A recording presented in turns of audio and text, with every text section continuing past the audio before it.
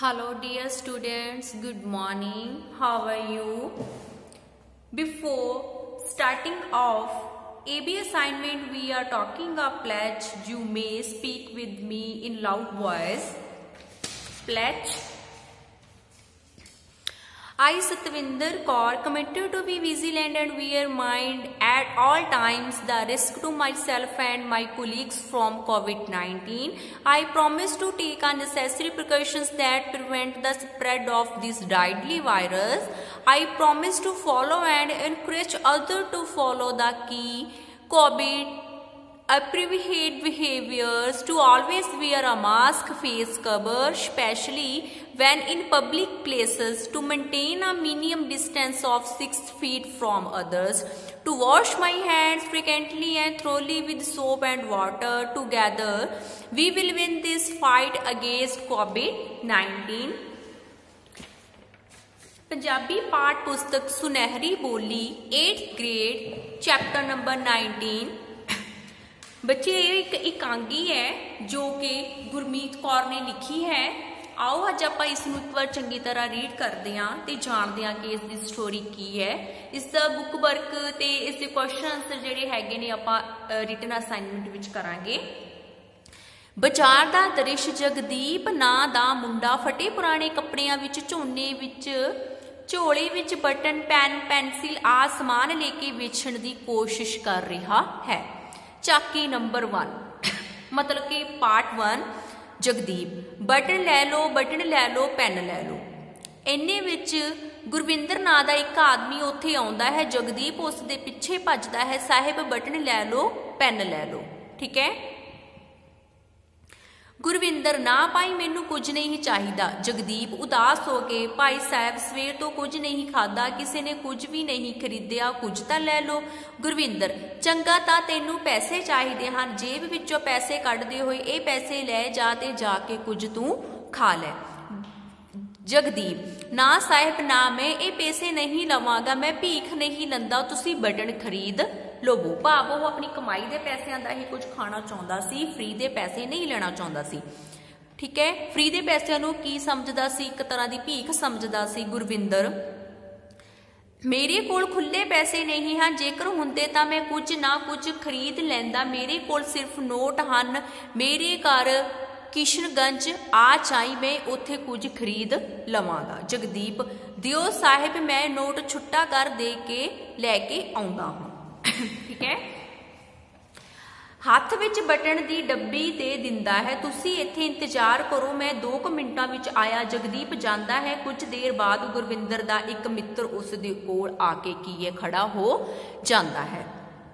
जसप्रीत की गल भाई गुरविंदर, तू इत्थे हैरान हो के क्यों खड़ा है? गुरविंदर कहंदा भाई एक मुंडा बटना की डब्बी मेरे हाथ विच दे के नोट लैके छुट्टा कराउण लई गया होया है। 15-20 मिनट हो गए हन, वो वापस नहीं मुड़िया। जसप्रीत वो हुण आवेगा भी नहीं। अजकल बाजारां विच अजिहे कई मुंडे घुम रहे हैं जो अपनी लाचारी दस के लोकां नूं कहंदे ठग लैंदे हन। पर तुहानूं की तुसी तां समाज सेवक हो, जेकर लै भी गया तो तुहानूं कोई नुकसान नहीं होवेगा। फिर वो ये कहंदा है गुरविंदर, पर भाईओ मुंडा तां मैनू बड़ा ईमानदार लग रहा सी। चलो कोई गल नहीं, मैं तां ये अरदास करदा हाँ कि वो 2 रुपए विच उस दे काम आ जाण। जिहड़े 2 रुपए ने कहंदा भाव उस दे काम आ जाण।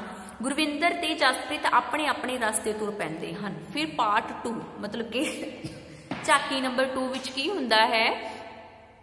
जगदीप दा छोटा भरा गगनदीप किशनगंज विच गुरविंदर दा घर लभ रहा है।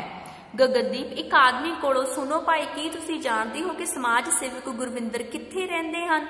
व्यक्ति हाँ, वो सामने जिहड़ा उच्चे टीले ते मकान है वो उन्हां दा ही है। गगनदीप घर दे दरवाजे ते जाके कहंदे फिर घंटी वजाउंदा गुरविंदर की बाहर आउंदा है।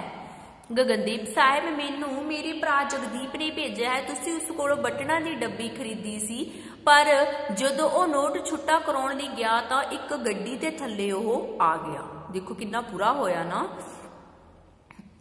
उसदे दोवें पैर कुचले गए, वो बेहोश हो गया, इस करके तुहाडे कोल ना आ सकिया। कुछ देर बाद जदों उसनूं होश आया तो उसने मैनूं पैसे दे के आउण लई कहा।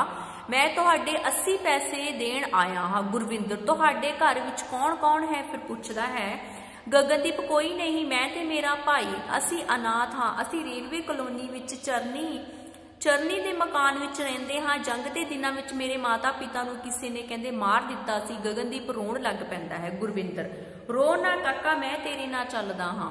घर दे अंदर आवाज लगाउंदा है करम सिंह, मैं रेलवे कलोनी जा रहा हाँ, तुसीं डॉक्टर गिल नूं लैके उत्थे आ जाओ। चरनी दा मकान पुछ लैंदा है गगनदीप दे नाल रेलवे कलोनी विच, कहंदी ओह फिर तुर पैंदा है। अगे पार्ट 3 भाव झाकी 3।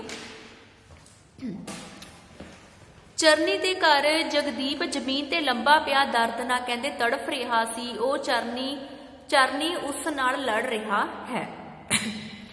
चरनी, हुण तैनूं दर्द हो रहा है? दर्द नहीं तां की चैन मिलेगा? हस्पताल चला जांदा, इत्थे क्यों आया? जगदीप, चाचा जी हुण तुसीं हस्पताल ले चलो। चरनी, मैं किवें ले जावां? मैनूं की तू बहुत वड्डा धन्नवाद समझ रखिया है। इन्ने विच गगनदीप ते गुरविंदर भी की है कहंदे अंदर आउंदे हन। गगनदीप की कहंदा, ए रिहा साहिब। जगदीप, साहिब तुसी इत्थे, तुसी पता नहीं मेरे बारे की सोच रहे होवोगे। गुरविंदर, तू उस गल की चिंता ना कर पुत्र, मैं डॉक्टर सद्दिया है, तू बिल्कुल ठीक हो जाएगा। डॉक्टर अंदर आउंदा है। डॉक्टर, ठीक हाँ, ये मुंडा है, इसनूं तां मैं भी कई बार बाजार विच वेखिया, इसकी हालत तो बहुत खराब है, इसनूं कहंदे हस्पताल विच लेके जाना पवेगा। गुरविंदर, मैं एंबूलेंस नूं फोन करदा हाँ, तुसी इसका इलाज शुरू करो, इसनूं बचाउणा जरूरी है। इस मुंडे विच एक जिहा गुण है जिस दा मिलना किसी अचंभे तो घट नहीं है, यह बहुत ही ईमानदार है। गुरविंदर फोन करन लई जांदा है। डॉक्टर टीका लगाउंदा है, फिर कहंदे पर्दा गिर जाता है। ये सीगी बच्चों तुहाडा अज दी तुहाडी इकांगी सीगी। इहदे विच कहंदे की कहा गया?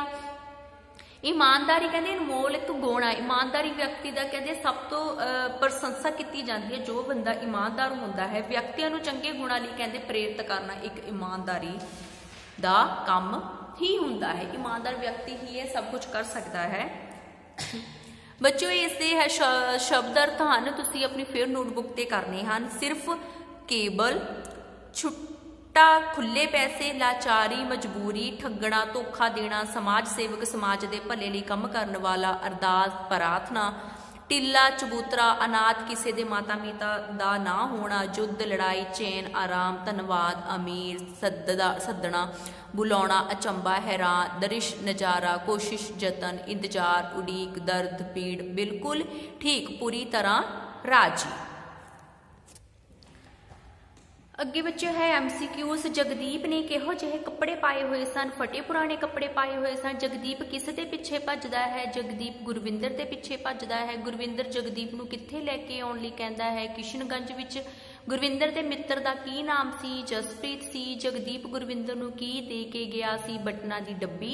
गुरविंदर नूं जगदीप किहो जिहा लग रहा सी? ईमानदार लग रहा सी। गगनदीप कौन है? जगदीप दा छोटा भरा है। गगनदीप गुरविंदर दा मकान कित्थे सी? गुरविंदर दा मकान उच्चे। गुरविंदर दा मकान कित्थे है? गुरविंदर दा मकान उच्चे टिल्ले ते है।